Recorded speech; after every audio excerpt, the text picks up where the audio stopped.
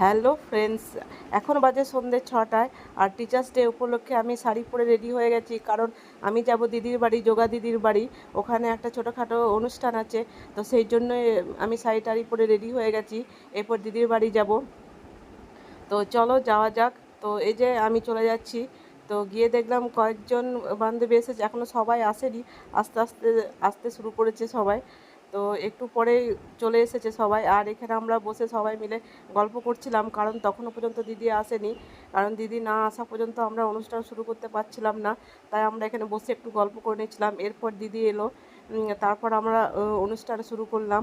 তো সবাই ফুলের স্তবক দিয়ে, গোলাপ ফুল দিয়ে দিদিকে সম্বর্ধনা করলো। আর আমাদের তরফ থেকে আমরা দিদিকে একটা ফটো ফ্রেম দিলাম, দিদির ফটো দিয়ে। তো খুবই পছন্দ হয়েছে ওটা দিদির।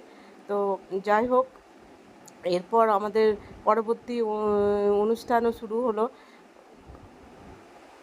এক এক করে সম্বর্ধনা হয়ে যাওয়ার পর পরবর্তী যে যার অনুযায়ী কেউ কবিতা বললো, কেউ নাচ করলো, কেউ গান করলো, যে যার সামর্থ্য অনুযায়ী যতটুকু পেরেছে ততটুকু করেছে।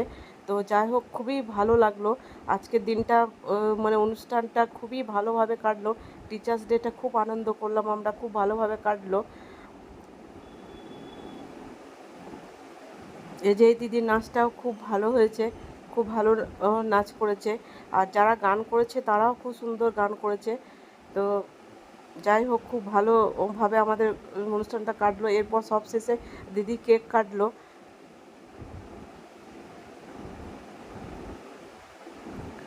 কেক কাটার পর আমরা কেক আর ভেজিটেবিল চপ খেয়ে নিলাম।